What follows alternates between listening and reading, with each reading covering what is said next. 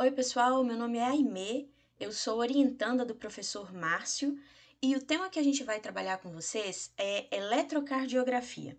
Então, bem-vindos à nossa primeira aula sobre as bases da eletrocardiografia. O que a gente deseja é que, ao término de 2 videoaulas e um encontro síncrono, vocês estejam aptos a entender as principais propriedades cardíacas, conhecer a história do eletrocardiograma, conhecer conceitos básicos da biofísica do coração, conceituar eletrocardiograma, identificar também suas derivações e identificar e interpretar de maneira generalista, né? O nosso objetivo não é formar especialistas, e sim pessoas que de maneira genérica consigam identificar traçados eletrocardiográficos em suas derivações. E a gente vai fazer isso, como eu disse inicialmente, através de videoaulas e um encontro síncrono. Aqui nós vamos trabalhar inicialmente com as propriedades cardíacas.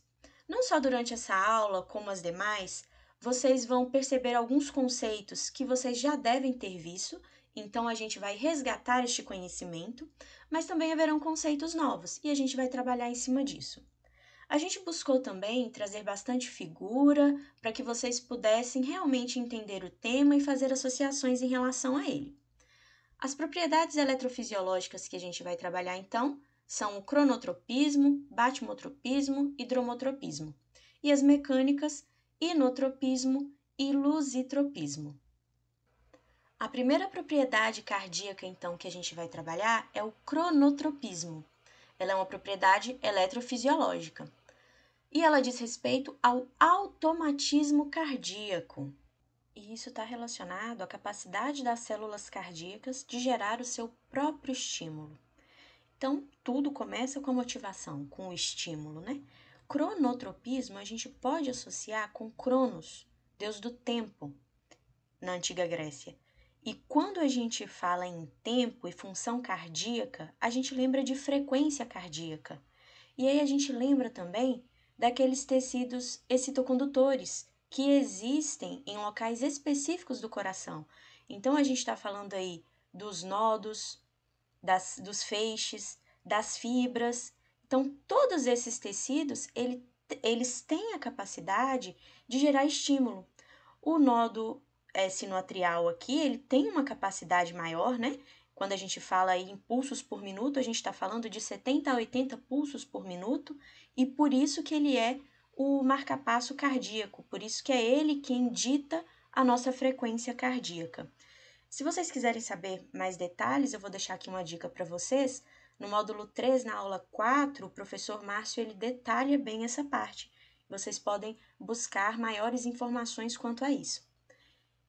E agora a gente vai passar para a segunda propriedade, ainda uma propriedade eletrofisiológica, e a gente está falando do batimotropismo, que diz respeito à excitabilidade, é uma propriedade de excitabilidade que o coração tem.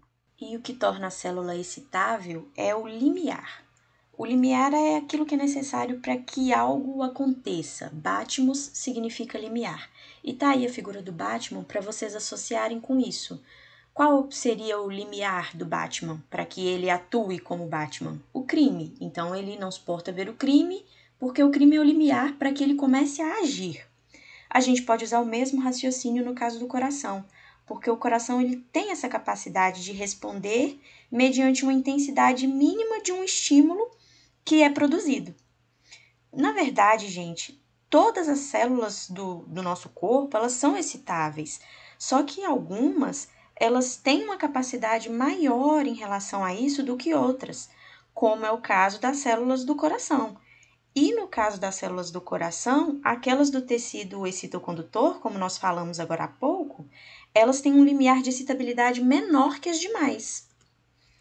Então, aqui, só para a gente lembrar, o estímulo ele é gerado no nodo sinoatrial e aí a gente tem um conjunto de estruturas que a gente vê aí aumentado que ajudam a conduzir de melhor forma possível o potencial de ação, como a comunicação entre as células, os discos intercalados, as junções gap, por onde os íons vão passar.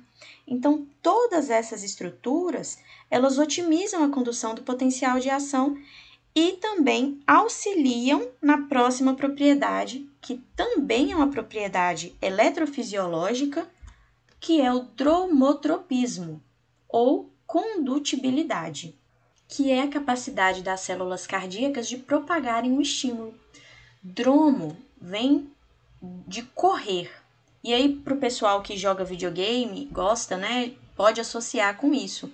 Naquele jogo FIFA tem o estádio Dromo, que tem uma pista de corrida enorme em volta, justamente por conta disso. Porque o significado de dromo é correr. E a palavra dromotropismo é para lembrar a gente disso, que o coração tem essa capacidade de que o estímulo percorra por todo o coração, como a gente vê aqui nessa animação. O estímulo que é originado num único ponto, que é o nó do sino atrial, consegue ser propagado, consegue percorrer por todo o músculo cardíaco. E agora a gente tem a nossa próxima propriedade, que agora é uma propriedade mecânica. Até então nós estávamos nas propriedades eletrofisiológicas, essa aqui é uma capacidade mecânica, uma propriedade mecânica, chamada inotropismo, que diz respeito à contratilidade cardíaca, que é a capacidade das células cardíacas de se contraírem em resposta a um estímulo que a gente já viu lá nas propriedades eletrofisiológicas, como é fornecido esse estímulo. Inos, então, significa fibra. A gente pode ter um inotropismo positivo, quer dizer, quando o coração ele aumenta a sua contração, sua força de contração, e um inotropismo negativo, quando essa força na contratilidade está diminuída. E a última propriedade que a gente vai ver, também propriedade mecânica, diz respeito ao lusitropismo, ou o relaxamento, que é a capacidade do coração de relaxar as suas paredes e assim permitir a diástole. E aí a gente está vendo a foto aí do coração, né, relaxado, só para descontrair um pouquinho. E é interessante a gente pensar também que o lusitropismo, ele interfere no inotropismo, porque quanto mais o coração relaxa, mais forte ele tem que se contrair, certo? E aí a gente tem essa premissa de que para que haja contração é necessário um estímulo elétrico. Eu vou deixar mais uma dica com vocês. Na aula 3 do módulo 3, o professor Márcio ele explica como é essa interação da atividade elétrica com a mecânica, quando ele fala ali sobre o acoplamento excitação-contração. Mas aqui o que é que a gente pode lembrar em relação a isso? A gente tem essas duas atividades no coração, né? Então a gente tem o estímulo elétrico e a gente tem aí a atividade mecânica. É possível que exista atividade elétrica, um estímulo elétrico, sem que haja uma atividade mecânica? É possível, né? Serão situações aí patológicas, mas sim, é possível. Uma outra situação é não existir atividade elétrica, mas sim existir atividade mecânica. Será que isso é possível? Não, pessoal, isso não é possível. É como a gente disse aqui em cima, uma contração, ela tá ligada ao estímulo elétrico. Então, para que ela exista, eu preciso do estímulo elétrico. Não existe atividade mecânica isolada de um estímulo elétrico, ok? E agora a gente tem aqui um pouco de história, porque é interessante a gente saber como as coisas evoluíram até chegar ao que a gente conhece e usufrui hoje em dia, no nosso caso, no que diz respeito ao eletrocardiograma. Então, os primeiros experimentos que começaram a lançar luz sobre como o sistema elétrico funciona no nosso corpo datam de 1660, com Jan Swammerdam. O que ele fazia? Ele pegava aqui um músculo isquiotibial de um sapo, fazia uma irritação com algo de metal no nervo e via que o músculo se contraía.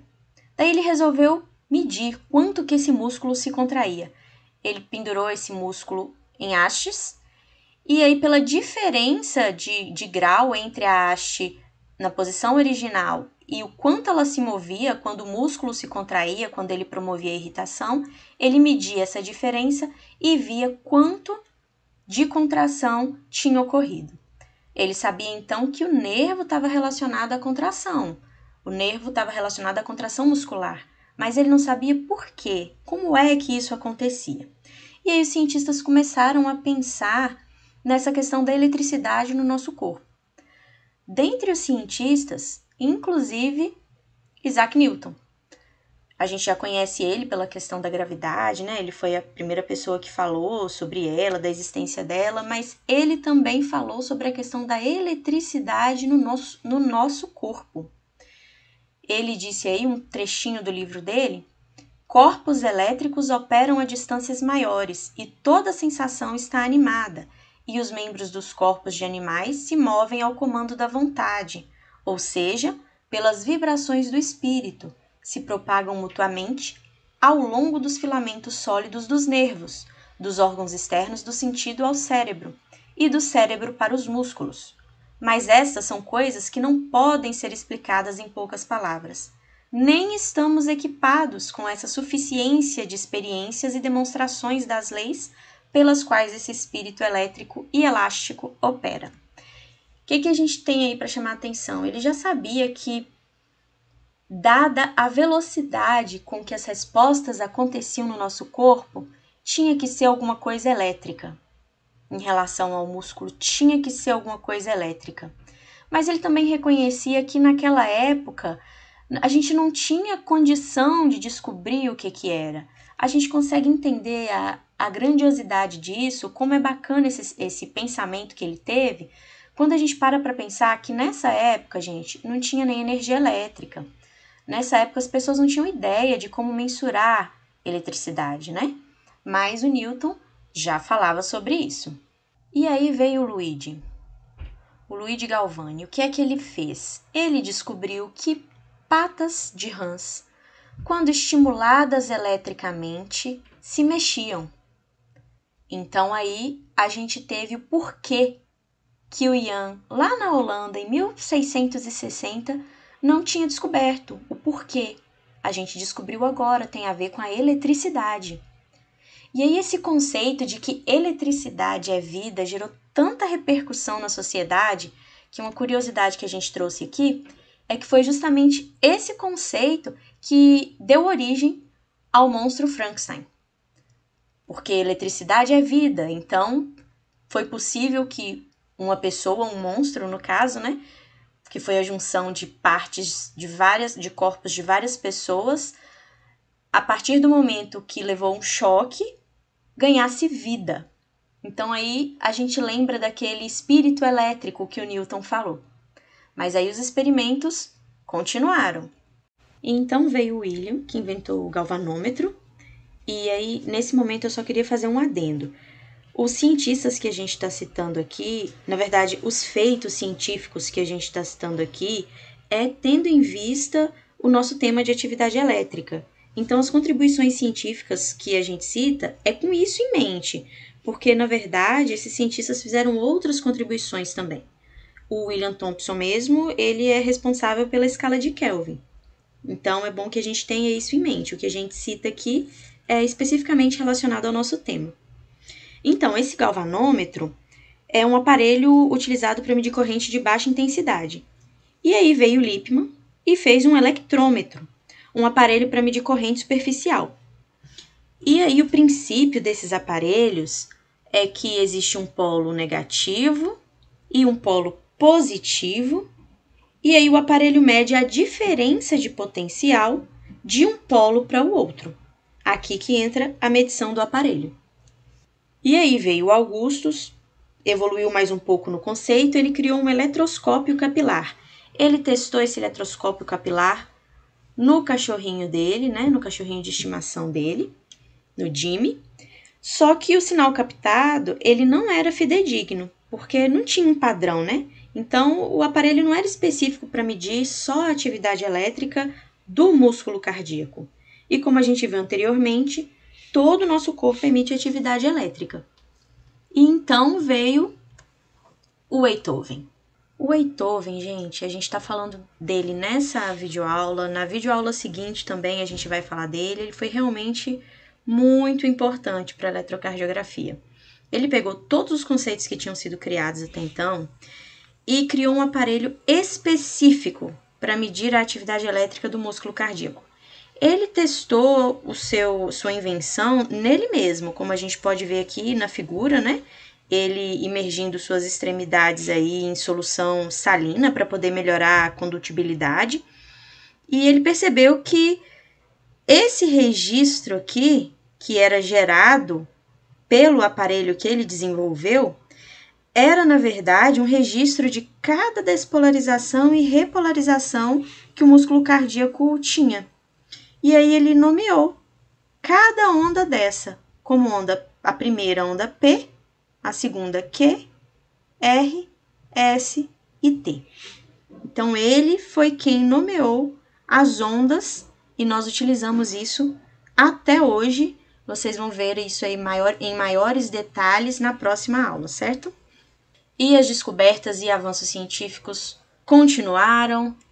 A gente tem aí o Sidney Ringer e... Aimee, como assim? Ringer? É isso mesmo, a solução que a gente utiliza hoje o nome dela é decorrente do nome da pessoa que descobriu, né? Ele determinou a importância de uma solução conter sais de sódio, potássio e cálcio em proporções definidas. Ele fez isso perfundindo o coração de rã. Gorter e Grendel mostraram que o conteúdo lipídico da membrana era 2 vezes maior que a superfície das células. Eles fizeram isso estudando eritrócitos. E Daniel e Davidson falaram que a membrana celular tinha 40 a 50% de lipídio e o restante era proteína. Aí, membrana, lipídio e proteína, sim, nós estamos falando do que levou à descoberta da membrana lipoproteica. E, finalmente, a gente tem aqui Hodgkin e Huxley, que estudaram o potencial de ação em axônio gigante de Lula. E a gente vai falar um pouquinho mais desses 2 últimos cientistas. E aí estão eles, o Hodgkin e o Huxley. E o trabalho que eles fizeram gerou esse artigo aí, descrição quantitativa da corrente de membrana e sua aplicação na condução e excitação do nervo. Esse trabalho deles foi tão importante na época que eles ganharam em 63 o Prêmio Nobel em Fisiologia e Medicina. Mas o que será que eles descobriram assim de tão importante, né, que gerou tanto impacto assim na sociedade científica? No trabalho deles, que foi estudando ali o axônio gigante da lula, eles compararam a membrana celular com um circuito RC, que é um circuito resistor-capacitor. O trabalho do resistor é impedir que a eletricidade passe. A gente está vendo aqui que está tudo fechado, né? Já um capacitor, ele armazena energia até um certo ponto, então ele alimenta um sistema com essa energia. Observem que aqui está abertinho. Aimee, que negócio estranho, né? Resistor, capacitor, não estou conseguindo entender. Vamos associar com alguma coisa, então? Quando a gente vai trocar uma lâmpada, quem nunca, né, voltou para calçar o chinelo?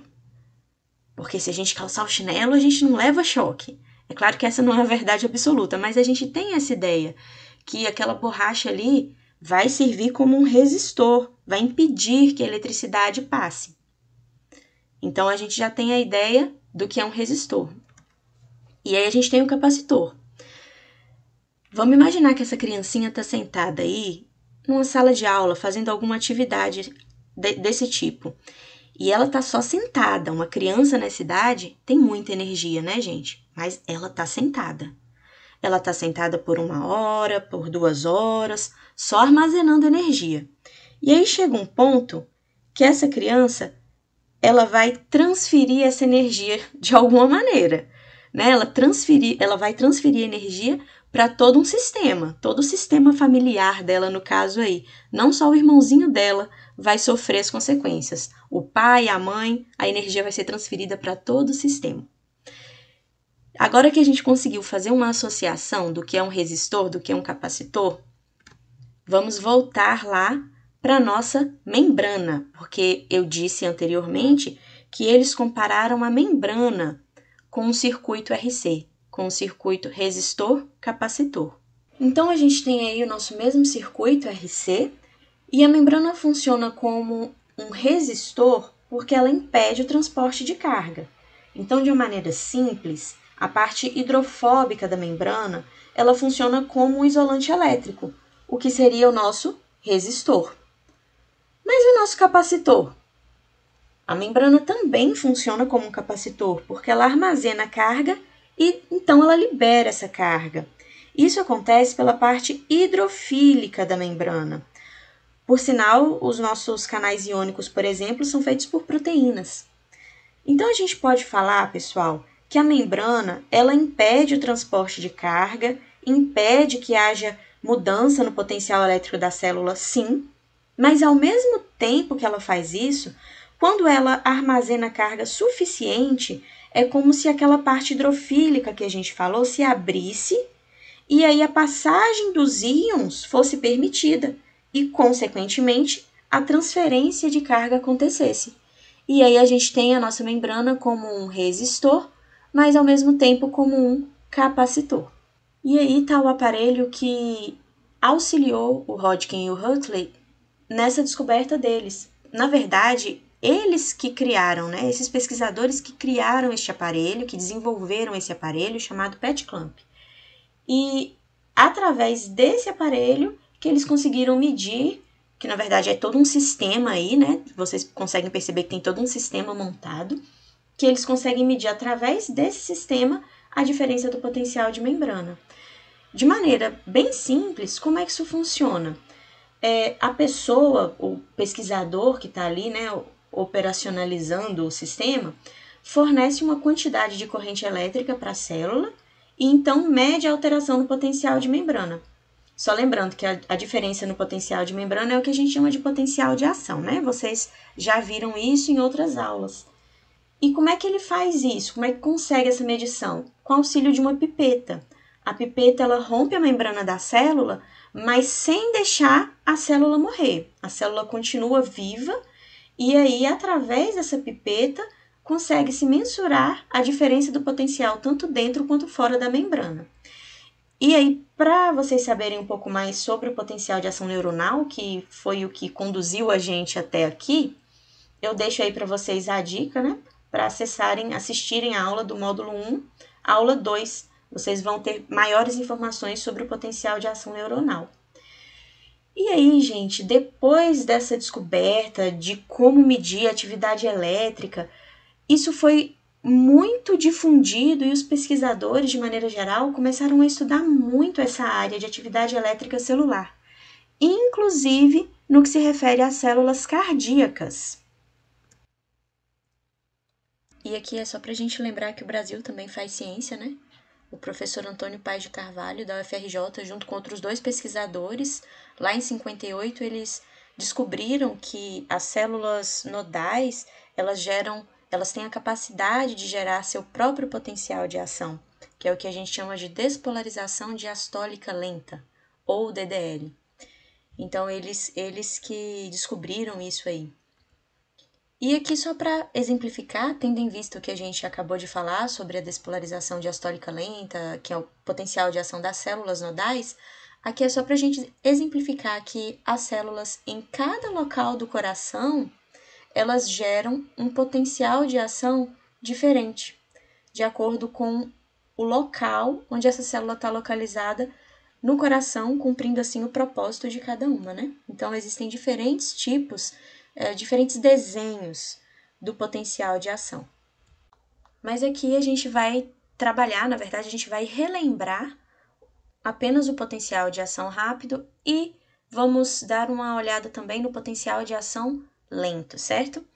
Eu falei relembrar porque eu vou deixar a dica, se vocês quiserem ver com maiores detalhes, vocês podem acessar aí o módulo 3, aula 3, e vai estar detalhando sobre o potencial de ação ventricular, que é o potencial de ação rápido.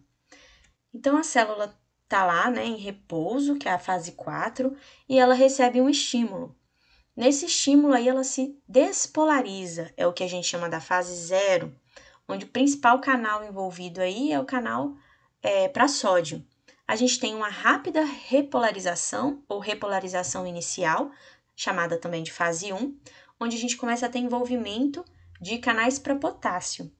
Temos o platô, onde as cargas aí dentro e fora da célula quase que se igualam, por isso a gente tem essa linha mais na horizontal. E um canal muito importante dessa fase aí, que é o platô, é o canal para cálcio tipo L. Então, na repolarização final, nós temos, que é a fase 3, nós temos mais uma vez o envolvimento dos canais para potássio. Vocês estão vendo aí que tem IKTO, IKR, IKS, IK1, tudo isso, gente, é canal para potássio. São diferentes tipos de canais, mas a gente está falando sim de canal para potássio, certo? E então a célula está novamente na sua fase 4, que é a fase de repouso. E aqui a gente tem o potencial de ação lento, potencial de ação de resposta lenta, potencial de ação nodal, são sinônimos. Logo de cara, vocês já conseguem identificar que o formato, o desenho do potencial de ação é diferente, né? Em especial aqui, a fase 4, a gente vê que enquanto a fase 4, lá no potencial de ação rápido, era reto, essa daqui, ela é mais inclinada, ela é mais ascendente, né? Isso ajuda na parte da despolarização ser mais paulatina, realmente. Então, a gente tem aí na fase 4 a despolarização diastólica lenta, ou DDL. Os canais aí mais envolvidos são os canais tipo FANE, canal para cálcio tipo T. Na fase 0, nós temos a despolarização, envolvida aí o canal para cálcio tipo L. Na parte mais ascendente aí do potencial de ação, a gente tem o trocador, sódio-cálcio. Na fase 3, a repolarização, onde os canais para potássio estão envolvidos. Então, observem, gente, que embora o formato seja diferente, os canais envolvidos em cada fase, eles são meio que parecidos, né? A gente tem aí, por exemplo, a presença constante do potássio na repolarização, cálcio e sódio na despolarização. Então, a gente pode ver que tem mais ou menos um padrão na despolarização e na repolarização, nos íons envolvidos, né? E era isso que nós gostaríamos de falar com vocês nessa videoaula. Gostaríamos que vocês associassem realmente potencial de ação com atividade elétrica cardíaca. Isso é importante para que a gente avance na próxima videoaula. A gente viu que tem como medir esse potencial de ação. Então, isso mostra para a gente que a gente tem como medir a atividade elétrica cardíaca, que é justamente o que a gente vai ver na próxima aula, na próxima videoaula. Então, vamos fazer uma recapitulação breve, né? Hoje nós vimos sobre as propriedades eletrofisiológicas cardíacas, batimotropismo, cronotropismo, dromotropismo e mecânicas, inotropismo e lusitropismo. Vimos que a membrana celular se comporta como um circuito RC, resistor-capacitor, que há diferentes potenciais de ação nas diferentes regiões do coração, né? E que o potencial de ação está diretamente relacionado com a atividade elétrica cardíaca. Então, foi esse o conteúdo da videoaula de hoje. Esperamos que tenham gostado. Até a próxima!